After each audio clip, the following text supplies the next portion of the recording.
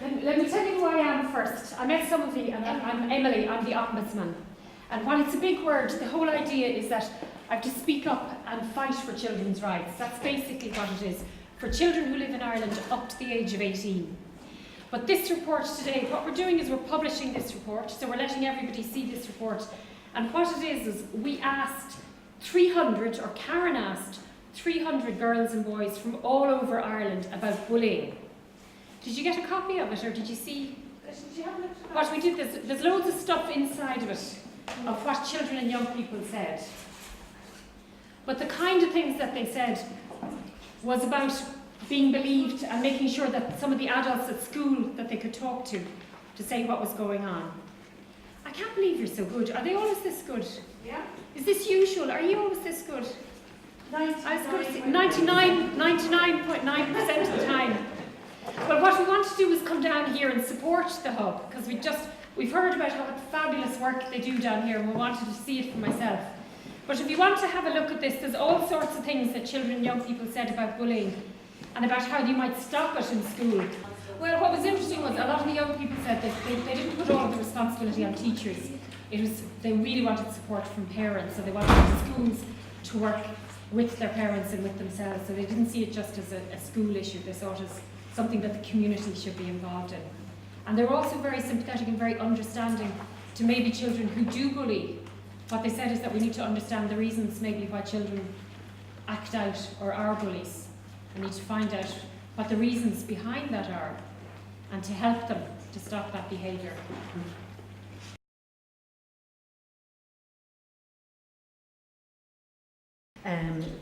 I suppose, Alanna, if you could take me back to when the cyber, or it wasn't just cyberbullying, when did you first start getting bullied? When I first started getting bullied was when I moved into secondary school. I moved into first year, and then the bullying kind of began, and it wasn't immediate. When you go into first year, everyone's kind of finding their feet. It was gradually and over time, so I can't really pinpoint a time when it began, but I was bullied first in first year, and then just throughout first year. And then what did it lead to? For me, it led to my personality and myself just being lost. I started to become really depressed and really just upset and always in a bad mood and taking it out on people who didn't deserve to be, having me roaring at them. And it just made me feel, it knocked my confidence a lot. It made me kind of lose trust in people. And it took me a long time, and it did take me a while to go to my parents and to go to the adults about what was happening. But I think that was really the best thing that I ever did, was go to my parents, because they took the initiative to, first of all, give me the tools to try and sort it out for myself, but then the cyberbullying kind of transferred into physical bullying, and everything just got out of control and too much for me to handle on my own. So my mother was brave enough to be able to say, you know what, we're going to move your school, and she pulled me out of school and I moved school. It wasn't that I moved school and my life was perfect then immediately. It was a gradual kind of adjustment, and I worked hard at it. I started new hobbies. I did things to make my own life better, but I couldn't have done it without my friends and family. When you look at the recent tragic events with Aaron Gallagher and Ciara Pugsley, they didn't get to that point, that turning point where they were able to get the help they needed.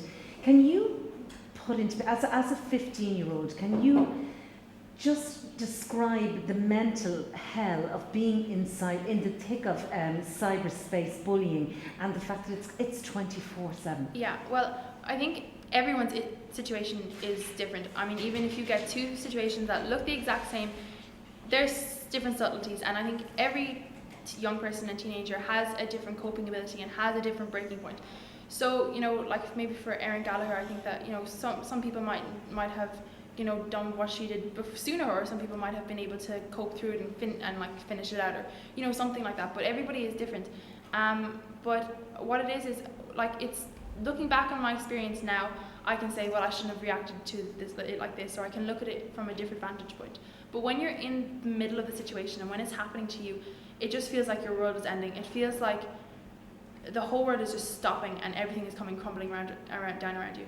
And you go into this really dark place, and everything kind of seems a bit harder to do. It seems a bit harder to wake up in the morning, to go to school, to talk to people. Everything just becomes everyday life becomes, you know, something you have to work at, and that shouldn't be the case. You know, you should be able to enjoy waking up and enjoy going to school, and cyberbullying doesn't do that.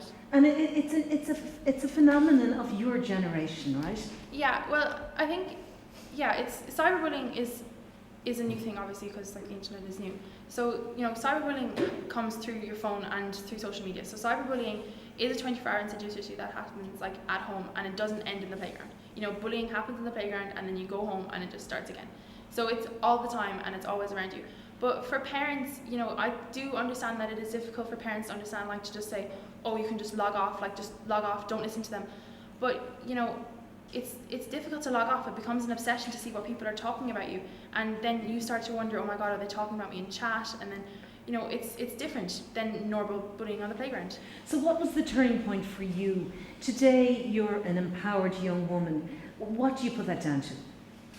Really, I had a really strong support system. My friends and family were just amazing throughout the whole experience. When I moved to school, I was a new girl, so I began to make new friends, and it was kind of different. But it took me a while to make new friends. I was always quite happy and quite easy to go and meet new people. But when I did move to my new secondary school, I found it difficult.